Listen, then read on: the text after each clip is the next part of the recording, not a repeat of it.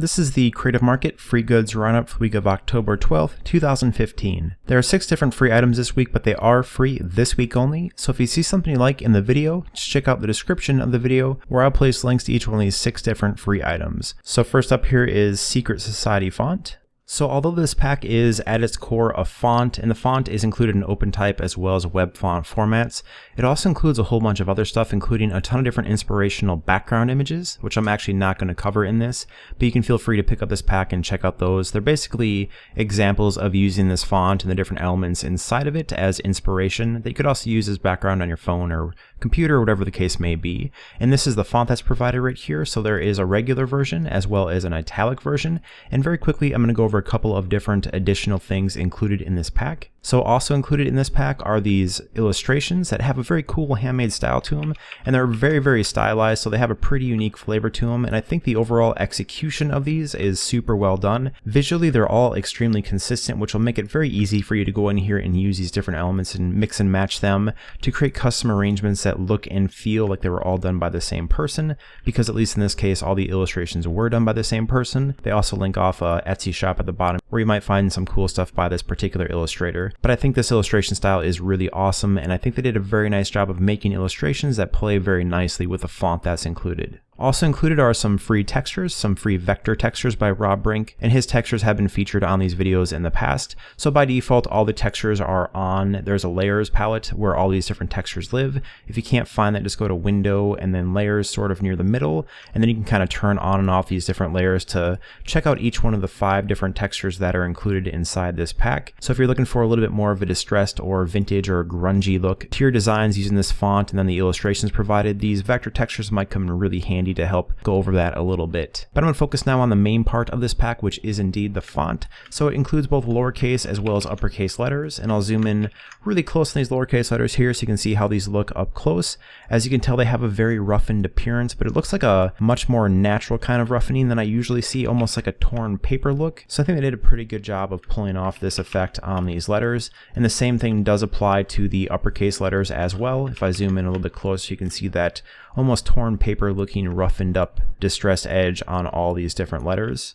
And then below that we have all the numbers 0 through 9, so those are all included. And then there is a small handful of special characters and punctuation, stuff like that included in this as well. If I highlight over this and then go to type and then glyphs sort of near the top here, you can see everything that's included in this set. So not a huge array of different special characters, but the basics are covered, and it should be enough to get you going, especially considering I think you'll get the most use out of this font as a headline font. So I typed up Free Goods Roundup here in a sentence in both the regular version up on the top here, and then the italics version. The 2 versions obviously look almost identical, with the exception of the italics version being in italics. Pretty crazy, huh? So by default, the kerning is pretty good on these, and if I go through this entire thing, you can kind of see that there are some areas that you would want to clean up.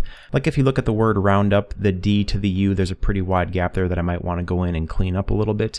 But overall, this looks pretty consistent, and the overall spacing between the words looks pretty decent as well. One thing I did notice on the lowercase letters at least is that the leading is pretty big. There's a pretty wide gap between the baseline of a different line of text when you're dealing with this, so you might want to shrink that up a little bit if you're typing up multiple sentences. To do that, just go to window and then type and then character, and the leading symbol is 2 A's with a line drawn from the baseline to the baseline of each of the letters. So right now it's set to auto, but if I make this something smaller, like let's say we'll try 48, you can see that tightens this up quite a bit and makes things look a little bit more scrunched together, which is really up for you to decide depending on the kind of look that you're going for. But a really huge pack of stuff here. So whether you're looking for fonts, illustrations, or textures, this pack has you covered on all those different things. So this is a definite recommendation from me, and if you think you'll have some use out of it, just be sure to pick it up this week.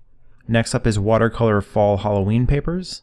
So this is a pack of 10 different Halloween and fall themed papers, and they're in JPEG format. And if I go to image and then image size near the top here, you can see that these are 3600 by 3600 pixels, which in inches at print scale is 12 by 12. So this is plenty big for most digital or print applications you want to use these on. And these are also seamlessly repeating patterns, so you can expand these to be way bigger if you want to go in there and do that. So feel free to make these as large as they have to be or shrink them down smaller. You should be able to make these work for almost any application you're trying to use them on. So I'm going to go through these pretty quickly here since there are 10 in total, and the overall theme of most of them is pretty consistent, so you'll have a pretty good idea of what to expect through all these. So there's things like pumpkins and leaves, and then very Halloween themed ones like this that have jack-o'-lantern pumpkins on them. And as you can tell, some of these are very similar to each other with slight variations. Like this one has this kind of black background to it, where this one right here has the white background. So you can go in there and decide which one will work best for you. And this is a really cool one of some bats. And if I zoom in really close on these bats, you can see they do have a pretty cool texture in them as well. So I think that's a nice little touch. It has kind of a scrapbooker feel to me because it gives it that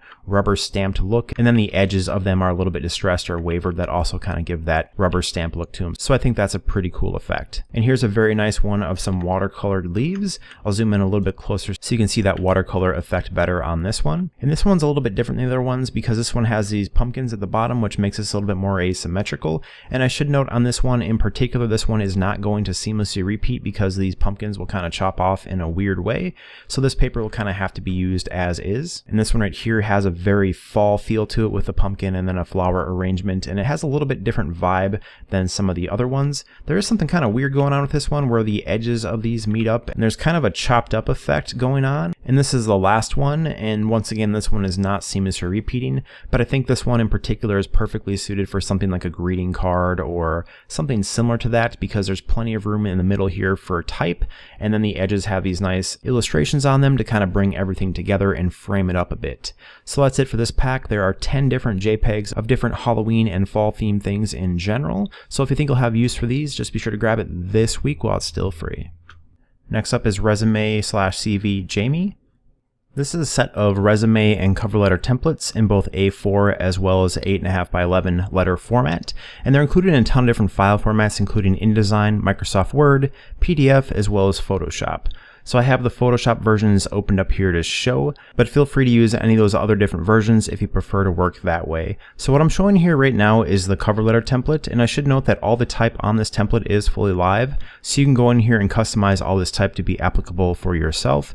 And at least in the Photoshop document, everything is nicely organized, so there's different folders for the header, which if I turn that on or off, you can tell that it turns that on and off at the top here. There's a section for a photo that you can replace with your own photo in case you want to do that. Then the contact section, the main cover letter type right here, and then there's a bunch of different divider lines at the bottom here. So as far as the cover letter template goes, it's pretty nice and simple with a fairly straightforward 2-column layout with a smaller side on the left for your contact information, and then plenty of room on the right side here for all your actual type, and up at the top here is all your personal contact information. And as far as the resume itself goes, 2-column layout completely split down the middle here, where on the left side we have things like experience, so all the different places you've worked, a little about me section at the bottom. You could also move the about me up to the top if you want to, but I tend to have experience up at the top here. And on the right side we have education, skills, awards, and then your contact information.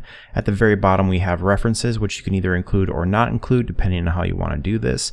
If you don't want to include it, you can just hit the eyeball icon next to that folder to turn it off, and that'll be hidden right away and very easily for you. You might even want to consider putting the education and skills and awards and contact on the left side and then moving the experience to the right side. At least that's a more common way of doing this that I've seen in the past, although being different isn't always a bad thing. That's just a pretty standard layout that I've noticed across seeing quite a few of these different resume templates in the past. That's really it for this. Do remember that there are a bunch of different formats in case you don't want to use Photoshop, including InDesign, which is what I'd personally recommend, Word, which is really popular for more corporate businesses to get these in on, PDF, and then of course the Photoshop version shown right here. So if you're looking to update or start your resume, this is a pretty good starting point to pick up on if you like this layout. So if you think you'll have some use for this, just be sure to pick it up this week. Next up is 12 responsive web mockups. So this is a really huge pack of mockups, and it's all included inside one Photoshop file, so you are going to need Photoshop to use this. And to check out the size, I'm going to go to image and then image size, which shows this at 3700 by 2500 pixels. So that's plenty big for pretty much anything on the web or most smaller print applications as well. So there are a bunch of different devices included, and they're all at the top here in the layers palette. So each one of these smart objects is for the actual artwork that will be applied to the mockup that is shown in the pre-made layout. And there are 12 pre-made layouts in each one of these different folders labeled 1 through 12. And how you can go in here and add your own stuff to one of these, I went ahead and did that on one of them. So I think I did that on this iMac one up the top here. So you just have to double click on this smart object, and you actually don't want to turn on these layers visibility, by the way, so leave that visibility turned off. Just double click on that, and then it'll have this thing that says double click on me, but that's just some placeholder type that you can either change or remove entirely or bring your own stuff in there. So that's what I did. I went ahead and just drop my logo in here. And if you want to do that, you can either just drag and drop stuff in here, or go to File and then Place Embedded or Place Linked, sort of in the middle here, and drop your item in that way. And once you are done, you just have to save this. So hit Control S on a PC or Command S on a Mac to save this window, and then you can go ahead and close it, and then it will be automatically updated on all the mockups of that particular device across this entire Photoshop document. And this also shows off quite nicely the built-in highlight effect that they have, so I think the effect, while very stylized, is still quite realistic in its appearance. So I'm going to go through a few different of these 12 different options here so you can see all the pre-made arrangements. And you can of course open up the folder and then select a folder of a device you want to move. So let's say I want this iPhone 4 right here to move. I can just click on that folder and then drag this around to wherever it is that I want it to be. So it's really easy to go in here and do some more customization that way. And also, if I look at this really closely here, there are little shadows underneath the devices themselves. So that's kind of just a nice little touch on this. But I'm going to quickly go through the other options here so you can see all the different things that are included here. There are 12 of these pre-made layouts in total, so these should keep you busy for quite a while. I'm going to keep on scrolling down since there are so many of these to go over. And as you can tell, these include MacBooks, iPhone 4s, iPad 2s, and then up the top here, the iMac, which is where we placed my logo inside of it. And by the way, if you're looking at my screen, you see two little black lines right here and right here. That's just a visual bug. If I zoom in once more, that is totally gone. Sometimes Photoshop does funky stuff like that. It's not a problem of this file, it's just the actual way my Photoshop is interpreting it at this particular zoom level. So there's also a folder at the very bottom right here called Original Devices that if you open up, there are each of these different devices on its own layer, and these are also tilted in a way if you want some different perspectives. So you can go ahead and check out some different devices in here as well if you want to go in and use these on their own. I think mockup kits like this are particularly useful for people that do web design work or stuff like that, where you want to show how your design is going to look on a multitude of devices.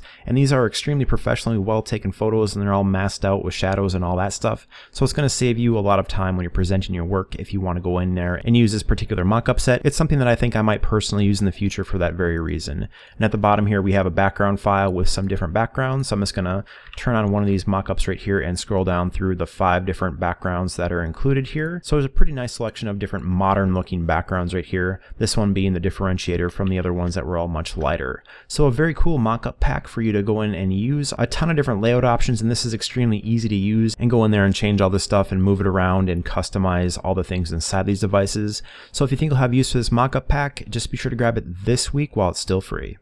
Next up is People in Winter Look Set. The file formats for these illustrations are EPS, JPEG, as well as PNG. So I have the EPS file opened up inside Illustrator here to show it. And there's 3 files in total of different looks for winter, so winter clothing in general. And it's a different kind of illustration style than I've really seen in the past. At least when dealing with people, this is an extremely stylized set. So I'm going to go through the 3 different pages that they include here, and they're all kind of grouped up by the type of people that they're showing. So this is the man in winter look, and as you can tell right here, this type is outlined, so you can't use the type that's on this, but you could of course just delete this and replace this with something else up the top here and your own font of your choosing if you want to go ahead and do that. And this one's actually a seamless repeating pattern, which is pretty cool, and it's just including all the different illustrations from these different few files right here. So I went ahead and repeated this so you can see how this looks when it's actually repeated. It actually pulls off the repeat look extremely well, and I'm not exactly sure how I would personally go about using this, but I could see this on something like a paper bag perhaps, or on a card, or even if you want to do something a little bit different, you could use this on a cover of a magazine or an editorial, something like that, if you want to try a few things up. And you could of course color in all these different outfits as well if you don't want the black and white look. You could actually get a really powerful look if you went in here and custom colored all these different outfits, especially if you were willing to spend the time to make everyone unique, even the repeating characters. That would make this look even less like a repeat, more like a bunch of organic illustrations. So here is the last of the 3, which is Women in Winter Look. So right here we have 3 different people to pick from, all with winter clothing on, and a few different styles from pretty modern right here to something a little bit more avant-garde on the right here. So this is a pretty specific set that I have a feeling that if you want to use it on something, you'll probably know right away. So if you looked at this and you have a project in mind where these might be a perfect fit, just be sure to pick it up this week while it's still free. And last up is Rustic Autumn Mockups.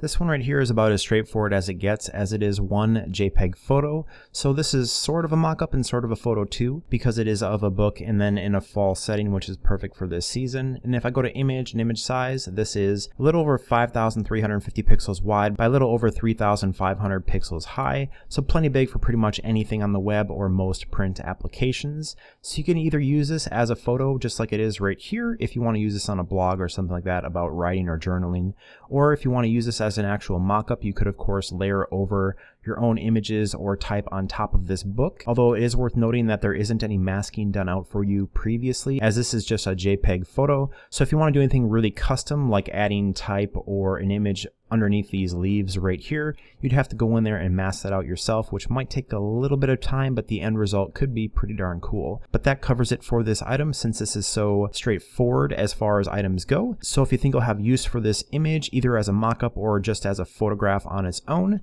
be sure to pick it up this week while it's still free. So that's it for this week's free goods, and do remember they are free this week only. So if you saw something you might have use for, just check out the description of this video where you'll find a link to download it. And as always, if you found this video helpful, please do like and favorite, and if you want to see this video every week, please subscribe. This video is released every Monday, so you know it's free this week on Creative Market. Thanks for watching.